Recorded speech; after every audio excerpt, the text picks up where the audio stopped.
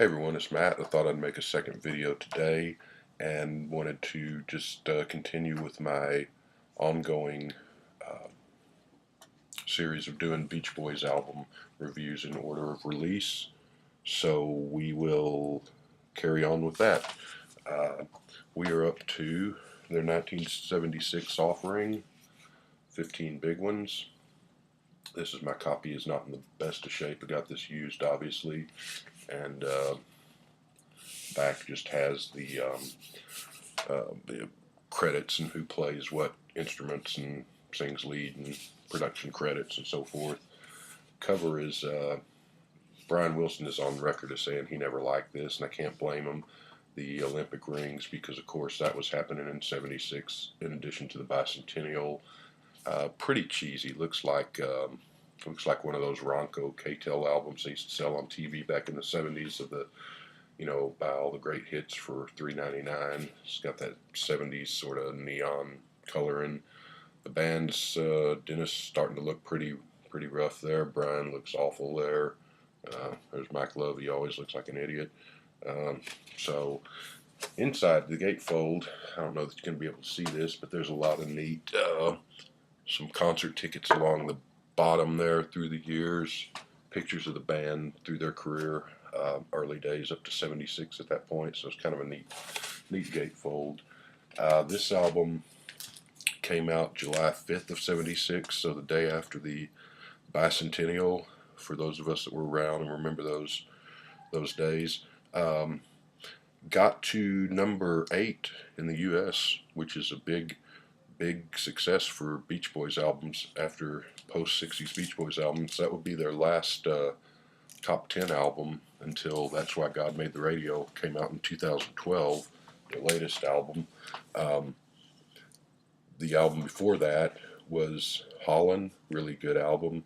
And by comparison, that was released January of '73, so there's like a 3.5 year gap between albums here. Holland only got to number 36. Doesn't sound very good, but the albums before Holland, the 5 or so albums before Holland, were in the lower hundreds. Didn't chart well at all, unfortunately, because they're really good albums. Um, so yeah, this was an album I went into with a little bit of trepidation because, like I said, I'm sort of learning about the Beach Boys as I go through these reviews, having just known the '60s hits that everyone knew beforehand. So I'm kind of, these later albums, a lot of these I've never heard, and I hadn't heard this one, but what I had heard was that, of course, '60s stuff's great, but then that run from Pet Sounds up through Holland is, a lot of people consider that their great golden period, in addition to their '60s stuff. And then what I've heard from several people is that after Holland, things kind of drop off quite a bit. So I'm getting into that period of time now. So I went into this expecting to really not like this album. Whether I like it or not, we'll get to in a bit. But so 3.5 year gap. Brian, of course, is all sorts of problems. Dennis is starting to slide. The band's fighting and not getting along, and Brian had made some. The band and Brian had made some attempts to record some stuff in '74 and '75. Didn't really. Some of the stuff came out later, but didn't come out as at the time. And Brian had, he was having drug problems and depression problems and mental problems and health problems and not doing great. And so this is the period when Eugene Landy, the doctor Landy, comes into the picture, which he came in and then was around for a while, left, and then came back. And if you don't know the story of that, that's the Love and Mercy film that came out about a year or two ago, is with John Cusack playing Brian Wilson. That gets into all of that. A really nasty piece of work Landy was. And so he was a psychiatrist that was brought in to help Brian. Kind of did, apparently, at the first part here. He came in around the time this album was being recorded, I believe, and actually did make a difference and help him originally, if I'm not mistaken, but later on really took advantage of him and sort of made the problems worse. But that's a whole story unto itself. So in between 73 and 76, they had made some attempts at recording some music, didn't really go anywhere. Brian has sort of kind of stepped away from the band and got with some other people to try to do some other musical stuff, make another band. That didn't work out, and the other band members weren't happy about that, and they sort of pulled him back into the band, like Al Pacino in The Godfather 3. They wanted to have him produce an album. He actually does produce this, at least in name. There's says that some of the band members sort of went behind his back and re-recorded stuff or changed stuff up when he wasn't around. But this is the first Beach Boys album produced solely by Brian since Pet Sounds. Well, I guess Smile, which didn't come out till years later, but the rest of them were produced by the band or largely by Carl. Um, so yeah, and another big thing that happened was in 1974, June of '74, a double album called Endless Summer, Greatest Hits of the Beach Boys, comes out, and it surprises everybody because it goes to #1, and it's just a compilation album of their '60s stuff. It really goes. I don't think it even has anything from Pet Sounds on it. I might be mistaken, but it's just the '62 to the early '66 stuff. And then the next year, '75, a double album, Spirit of America, comes out, and that goes to #8, and that has the Pet Sounds up through like Wild Honey or so. So that goes to #1, which is great for the band because they had been after really after Pet Sounds or so, they had been pretty much forgotten. Like I've said in these earlier videos, they were just out of fell out of the public conscious. They were considered just square and old news and has-beens. Um, so, and the shame of that is that run of albums between Pet Sounds up through Holland there's just incredibly really good, really great albums by and large, and music worth listening to, but nobody was listening and no one was buying. So Endless Summer was great in that it sold several million copies. It gave the band a #1 album for the first time since the '60s, sort of made them popular again. They started, they had been touring all along, but people started coming to see them and sort of caring about them. And it sort of plays into, I mean, at the same time, when you think about Roundabout in a span of three or so years, one way or the other, you had things like all those one-hit wonder garage rock singles of the '60s that were big, that were considered passe, uh, past '68, '69 or so. But then you had the album Nuggets by Lenny Kaye that collected all those, and that came out in early '70s, and that sort of made people realize that, hey, those songs are great, and remembered that they still loved them again. You had the Red and Blue albums by the Beatles that did great and sort of um, increased interest in the Beatles to younger generations, and that's continued down to this day. Of course, you had uh, Grease and American Graffiti and the show Happy Days that sort of revived people's interest in the earlier music of the '50s, Buddy Holly story movies, stuff like that. And so the Beach Boys' Endless Summer is kind of in that vein, I guess. And it's great that it revived people's interest in the band who had largely, in the early '70s and late '60s, been pretty much just forgotten, or if they were thought of, they were just thought of as just, you know, they were good back in the day, but who needs them now type attitude.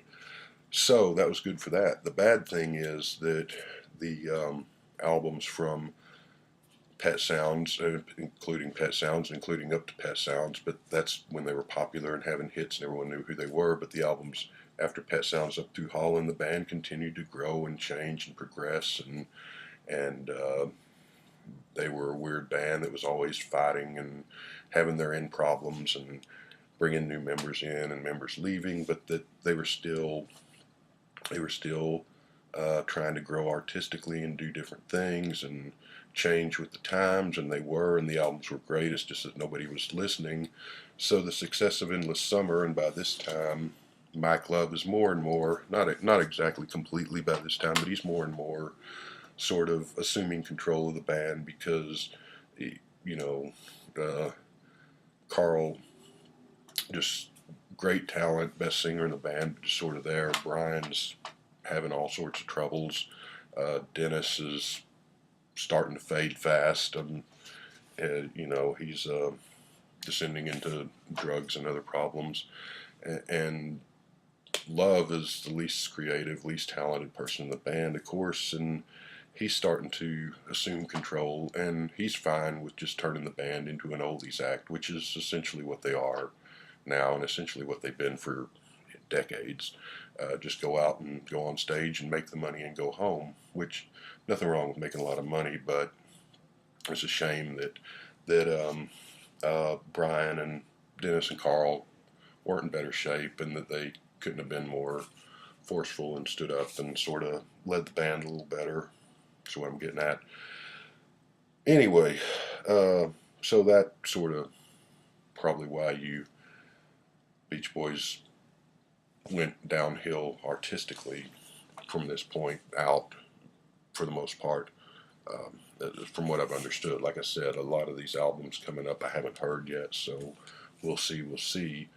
But so they had this whole Brian is Back campaign. The record label did. There was a TV special. So that's the special where John Belushi and Dan Aykroyd go drag Brian Wilson out of bed and make him go surfing, which is kind of a sad. If you've ever seen that, it's kind of a depressing. It's supposed to be a funny little clip, but it doesn't really. Kind of just depressing. Brian really wasn't back. He was still a mess, unfortunately, having all sorts of troubles, and so it was premature. Everybody, of course, wanted him back and wished the best for him and wanted him to. Was obviously the most creative, talented person in the band, and so everybody, Beach Boys fans anyway, were hoping for the best, and instead we got this. So, what else? The Blondie Chapin and Ricky Fattar, who were on the two albums before this, So Tough and Holland, they are gone, even though I think they do play on a couple of songs here, but they're gone from the band as far as regular members at this point, and they've moved on to do other things. So yeah, the other band members were for Brian producing this, but then as soon as he finally agreed to do it, they started apparently going behind his back and disagreeing with him from the get-go, and maybe with good reason, maybe not. It's hard to tell.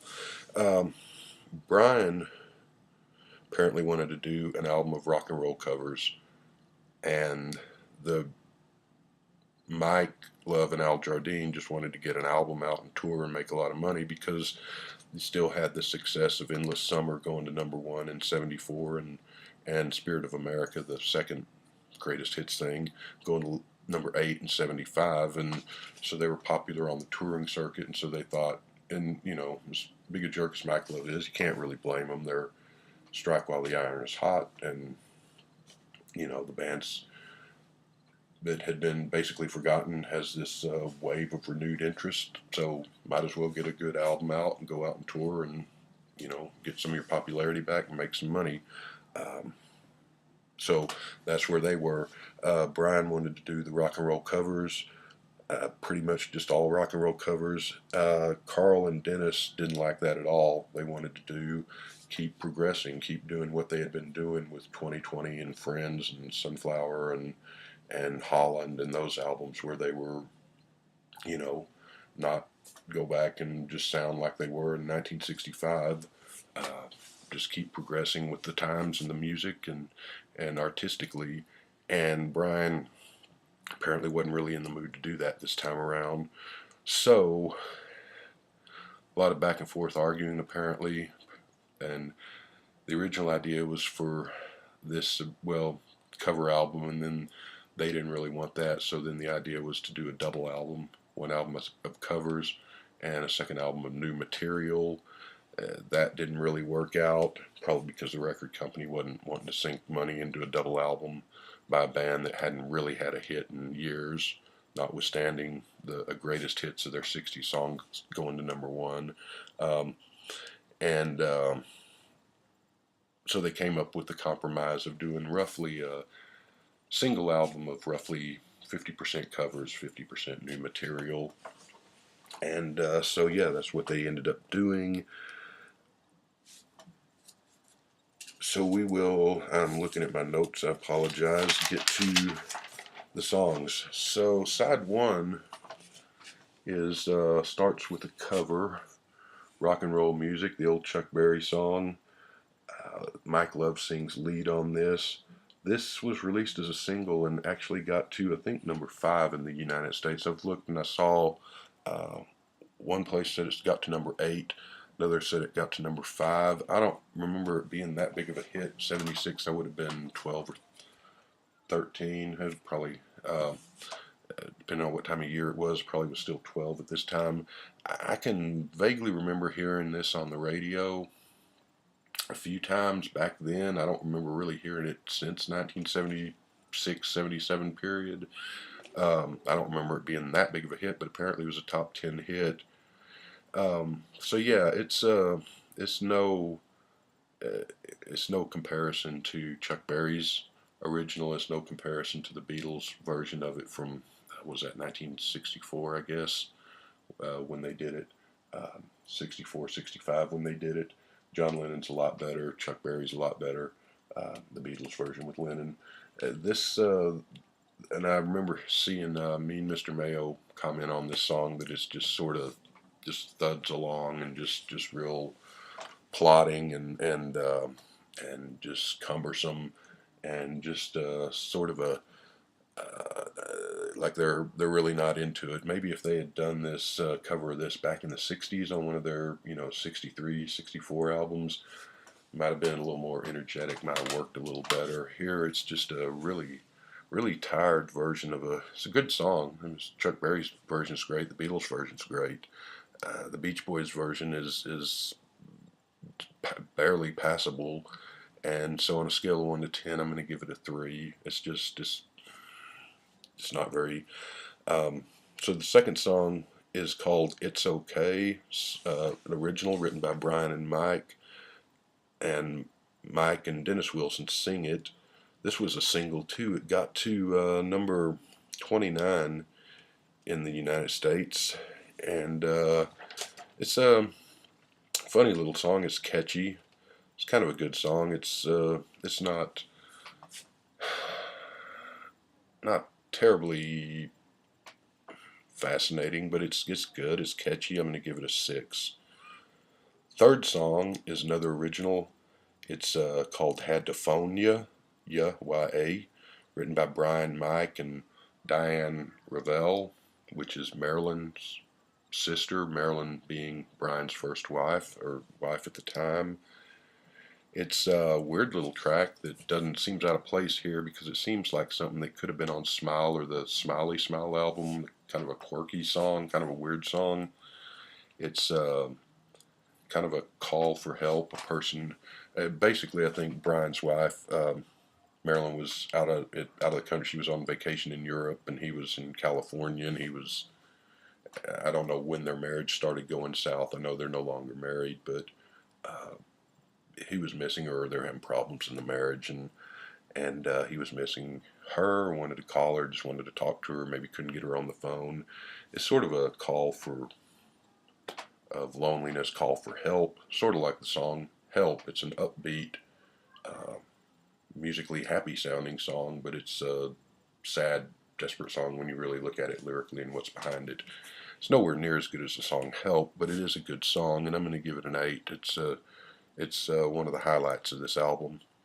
So, okay, number 4, we get another cover. "Chapel of Love" was written by Jeff Berry, Ellie Greenwich, and Phil Spector. Uh, Brian sings lead on this one, not very well. The Beach Boys are known for their great vocals, but not a very good job here. Of course, in 1964, the Dixie Cups took this song to number 1, and their version is way better than this one, goes without saying. Um, this has the Beach Boys backing vocals and dup, dup, dup, that's their trademark that they're known for. That's usually just great to heavenly great. Doesn't work here. Doesn't work on this song at all. And it's just a poor version. I'm gonna give it a 3. And we'll just pause for a minute because it's really Beach Boys are a strange band. They're just a strange band. Wonderful, great band, but a strange band. And just the idea of a major band in 1976 filling an album full of cover songs. Like I said, they're just a strange band. I mean, it made sense back in 1963, 1964, and the Beatles, the Rolling Stones, the Who, the Kinks, everybody did. But really, past say 66, 67 or so, Sergeant Pepper and whatnot, people just didn't do that anymore. I mean, they did occasionally. Linda Ronstadt did a lot of covers, but she was sort of coming from a different direction musically. And John Lennon did the rock and roll album around them like a year before this, but that was mainly because of a settlement to a lawsuit with Chuck Berry's publishing company. That if that had not happened, that he probably may never have done that. And Paul did his cover albums, but that was years later, and it was a different time in music. But in 1976, I don't know, ELO, didn't they do they had a hit with some old 50s song, I can't remember which. So it's not like it was totally unheard of. But for a major band in 1976 to fill an album with cover songs from the 50s and early 60s was just sort of a weird, strange thing. And I don't really know why they thought that was going to sell records. But there it is. So yeah, Chapel of Love, that gets a 3. Okay, number 5 is called Everyone's in Love with You. It's written by Mike Love and sung by Mike Love. It's about the Maharishi, because when the Beatles went to hang out in India back in '68, he went to, and apparently he still meditates and is into all of that stuff. So, from what I've heard, um, actually, it's not a bad song. It's got a nice little flute piccolo line running through it. It's got some nice bits musically. It's not the catchy, not very memorable, but it's musically nice. It's nice little music bits. I'm going to give it a 6.5. It's um, for songs about the Maharishi, I prefer Sexy Sadie off the White Album, Lennon's version. But this it's a good song, so credit where credit's due. I give it a 6.5. Number 6 is a song called Talk to Me. Another cover was written by someone named John Seneca. Guy named Little Willie John had a hit with it of sorts in 1958. It went to number 20 on the U.S. charts. Carl sings lead on this, and turn the page to see what I rate this because I can't really remember the song, so that doesn't speak well of it. Yeah, it's okay. I don't know. I'm going to give it a 5. It's just a random cover. It's not bad. At least they're picking a few sort of more obscure songs to cover, because a lot of these, I mean, rock and roll music, Chapel of Love, some of these coming up that are just real common, and there's really no reason for them to be covering them, especially at this late point in their career. It's better to stick with the originals on everything here that they've covered. So number 7 is called Talk to Me. No, it's not. It's called That Same Song. It's written by Brian and Mike. Brian sings. It's sort of a history of music from Gregorian chant to now. The song remains the same, even though musical styles change. The spirit of music remains the same. And the song remains the same by Led Zeppelin. Better song than this. It's catchy, but it's catchy in an annoying way. I'm going to give it a 4. It's one of the originals.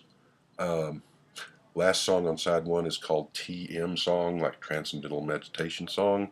It's written by Brian. You'd think it'd be Mike because he's the one that's into that, but Brian wrote it. Al sings it. It's fair. I'm going to give it a 5. Not really much to say about that.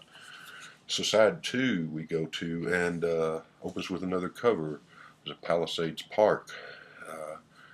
And of course, that was written by Chucky Baby, Chuck Barris, the host of The Gong Show, who just passed away here a couple of weeks ago. He's the guy that wrote that. Freddie Cannon, this guy who sang it originally. He had a hit in 1962, took it to number 3. Carl sings lead on this.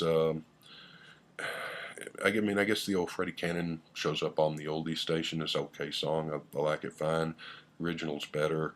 The Beach Boys versions, it just sort of sits there and doesn't do anything. I'm going to give it a 5. It's, you know, if it didn't exist, it wouldn't make any difference in the world. It'd maybe probably be better. I don't know. But I'll give it a 5. Number 2 is a song called Susie Cincinnati, written by Al Jardine, and Al sings the lead. Really good. It's original, nice. Obviously, it's original if he wrote it.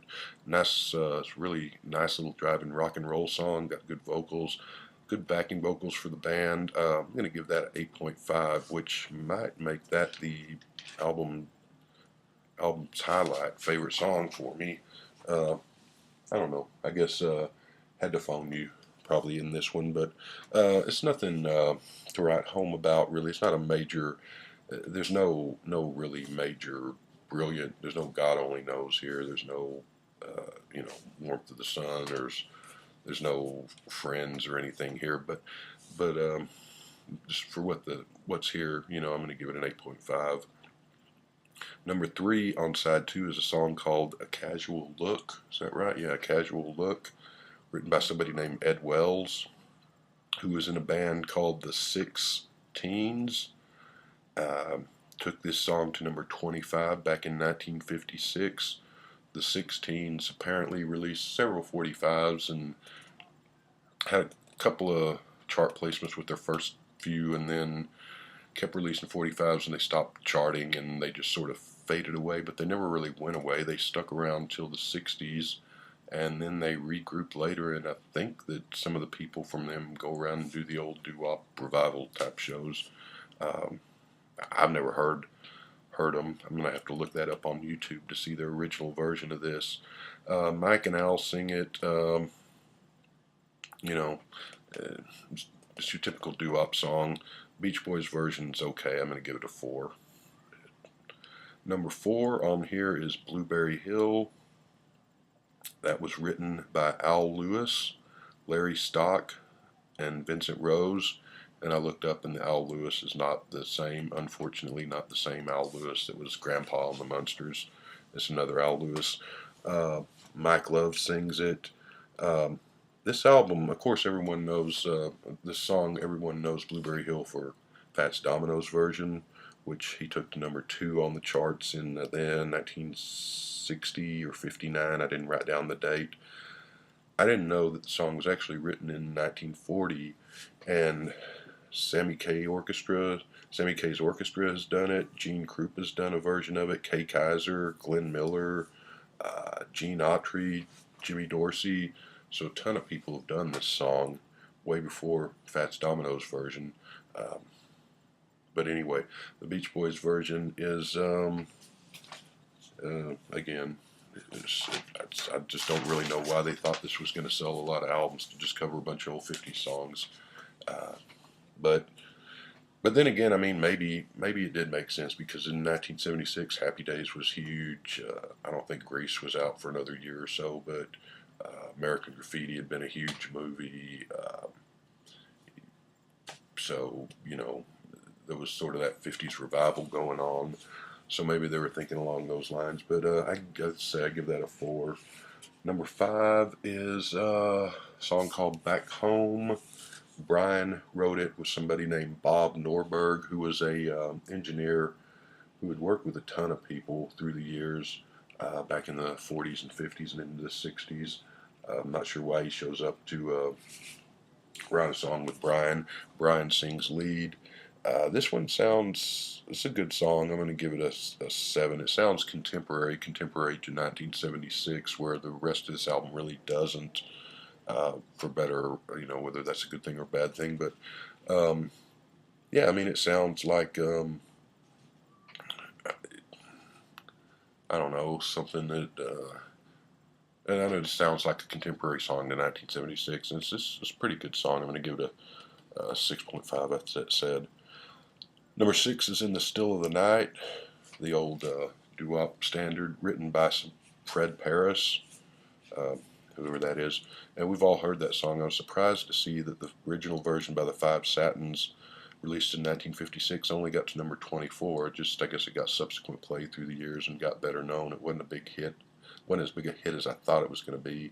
Dennis sings.